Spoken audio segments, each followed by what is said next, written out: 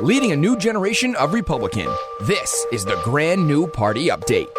On Tuesday, September 22nd, Pope Francis touched down at Joint Base Andrews at 4 p.m. It wasn't the first visit to America by a pope, but the trip was historic and included the first time a pope would give a speech to a joint session of Congress. Calling upon the Congress as representatives of the American people, the Pope touched on a number of subjects, from the Vatican's pro-life and anti-war positions to the environment and the obligation to combat poverty. There was plenty of ammo for the pundits, who quickly took to commentary. Dennis, personally, you had quite the reaction even before Pope Francis touched down, because Pope Francis has been quite vocal, especially when it comes to combating poverty. Yeah, he's also done a lot more damage than good. Yes, the church does very well when it comes to certain issues, such as poverty here in America and in Italy, who has a horrible poverty rate at the moment with all the immigrants that they're facing. But I just felt like there was other things he should have been talking about here in America that really just impacts all of us. So I think he really missed an opportunity for us. I actually sat down and watched the entire speech. I DVR'd it on C-SPAN, and I have to say that the speech was much more subtle than reading the articles that were after the fact. Yeah, let me first say, congratulations on watching the entire speech. I tried to, and I almost fell asleep. That's how subtle and slow and just mellow he was. He was and chill. My biggest concern was that people who know nothing about Catholicism or Christianity were now quoting the Pope and trying to throw it back in Republicans' faces, like, well, the Pope said this, and you're all about religion when it comes to social issues, but when it comes to the environment, you're nothing, and blah blah blah. And it's like, look, the Pope is not necessarily of the Bible. Nowhere in the Bible does it talk about the need for a Pope or the environment, for that matter. And I think he should have just focused on, this is biblical text. Here's what it says. And here's what you as Americans are doing wrong. Now, I should make a note at this point. Personally, I am Catholic, and Dennis used to be Catholic. Yes, I was very much involved with the Catholic Church. I was about to go back and try to get confirmed when I met my fiance, and she brought me to her Pentecostal church. I instantly fell in love with the people there, the sense of community, and that's when I converted earlier, actually last year. And so, as a Catholic, I have to say a lot of people don't understand the concept of the Pope's infallibility. And I wanted to get this right off the bat, because with Pope Francis, a lot of liberals seem to be trying to bring up, well, he's infallible, so he can't be wrong, and you have to agree with him. The Pope's infallibility isn't 100% the Pope as a person. The position of infallibility is when the Pope speaks specifically to church doctrine, and there are a number of requirements that he has to meet in order to be speaking infallibly, and they also have to be applied in a certain context. Economics has not been something that any pope has put into that context, although there was an encyclical on economics that Pope Leo XIII put out, and I'm going to get to that later on in my reaction of the week. I do have to say that Pope Francis is trying his best to make sure that people remember the dignity of the person, and I have to defend him in that respect, because I do think that he's not necessarily saying that capitalism is so decayed. In fact, in the speech, he even said that business isn't necessarily bad. Business gives people jobs. I think his point is on the fact that there are rich people who have ignored the dignity of their fellow man, and that in and of itself is the point that the Pope is targeting. And I think a lot of people within the Catholic Church, a lot of popes especially, having not taken economics courses or not studied the philosophy of economics because they are theologians, they don't necessarily know the difference between an entrepreneur and capitalism. Yeah, my big concern with the way people are treating capitalism, especially with the Bernie Sanders crowd. Some people were trying to compare Bernie Sanders to Jesus, our Lord and Savior. And it was like, look, please show me in the Bible where Jesus said, you have to give 10% or you have to give 20%. Jesus always said, give what's on your heart. The amount doesn't matter. It's what it means to you. That's what it's really about. So So this idea that, well, we have to give because Jesus said we had to give. No, he never said you had to give. He said, do what's on your heart. And that's what people need to remember about capitalism. Well, Capitalism is all about the individual and free will. Are people going to abuse that system? Yeah, people will abuse any system. They're humans. They have the free will to do so.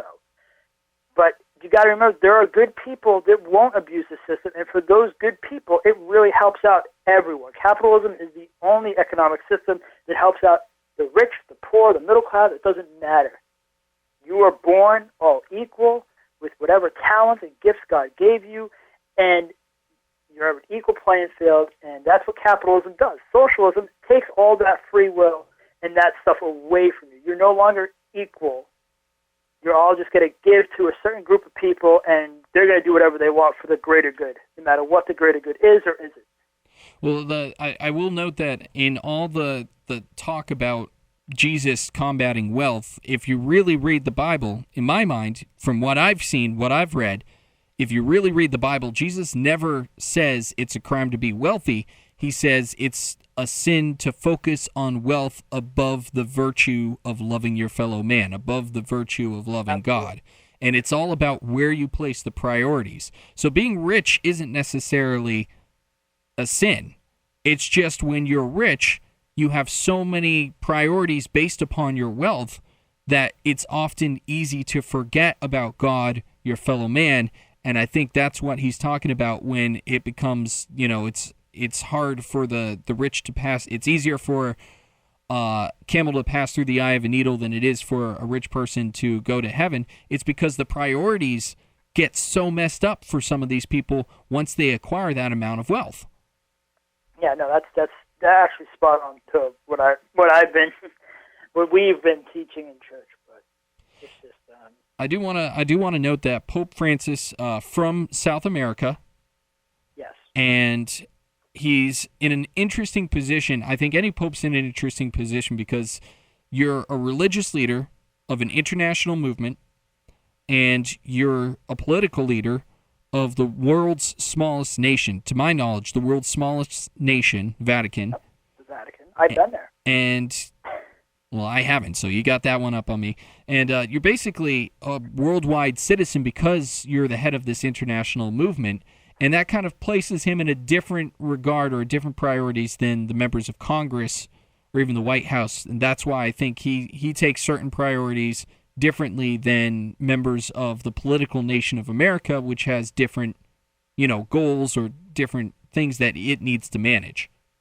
I think that's fair, but when you look what's going on around the world, where Christians are getting their heads chopped off in certain countries just for being Christians, and our leaders here in America are not really doing enough to save them.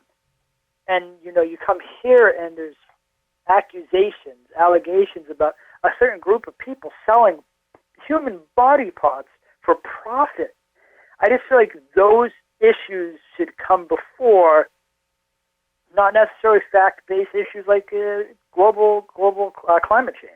Well, I agree to a certain extent. I do think that his message, and this is where I think Pope Francis has a good point, a lot of conservatives are very good at being on point when it comes to what Catholics believe. I think they're off point when it comes to applying that with their neighbor when that neighbor doesn't necessarily have the same beliefs. And Pope Francis has really placed emphasis on the idea that if somebody's gay, if somebody's, for whatever value that you disagree with because they're pro-choice or whatever else, they're still a human being. You still owe them human dignity and the respect of a human being. And I think that's something that not many religious leaders in the recent past, have been placing emphasis on. And I think that's where Francis has a strong point to make. I agree 100% that he certainly is applying a unique message that other popes have been contrary to. I know Pope John Paul II, clearly a capitalist in the way he leaned. You don't feel like he's, we have this saying, it's like, quality over quantity. You don't think he's watering down the Catholicism's church to gain more people. You know, cast a wider net and gain more fish, but a couple of these fish might be sick or well, I think what it bad is, for the catch. I think what it is he's from a South American country which has socialist values and inherited a tradition from the settlement of Spain. And as somebody who inherited the tradition of Anglo-Saxon values and virtues, I think that I look at the world in a fundamentally different way when it comes to politics and addressing these problems. Spain was always much more of a central government. Spain had much more of a central authority. And the church in and of itself is a central authority. I mean, look at him. He's the Pope. He has most of the control of the church. So I do think that he's lost when it comes to certain political virtues, certain political values. But the idea that we are stewards of this earth, that's a good value. The idea that we should be taking care of our neighbor, that's a good value. The idea that we should be using war or violence as a last means, that's a good value. I can't fault those specific values. And when he speaks to his personal opinions or political views on those issues, because he's speaking as Pope the person, not Pope the Holy See, I can disagree with him without having to have any conflict with my faith. Now, I read somewhere that he was invited by John Boehner. Yes. Now, why do you think John Boehner invited him here, knowing full well that he leans more towards the left side of the spectrum rather than the right side of the spectrum? Well, and this is a good transition because I know you put together something for John Boehner. He met privately with Pope Francis. And fairly soon after meeting privately with Pope Francis, he came to the personal decision that he was going to be leaving his office in October, which wasn't the end of his tenure. That was literally, I'm giving you just enough time to think about a replacement, and then I'm gone, and there's going to be a special election to replace my position, which is kind of unusual. And the most unusual part about it is when he did his press conference, he was extremely giddy. He was very happy, and they even asked him, they said, "You look so happy," and he started singing Zippity-Doo-Dah.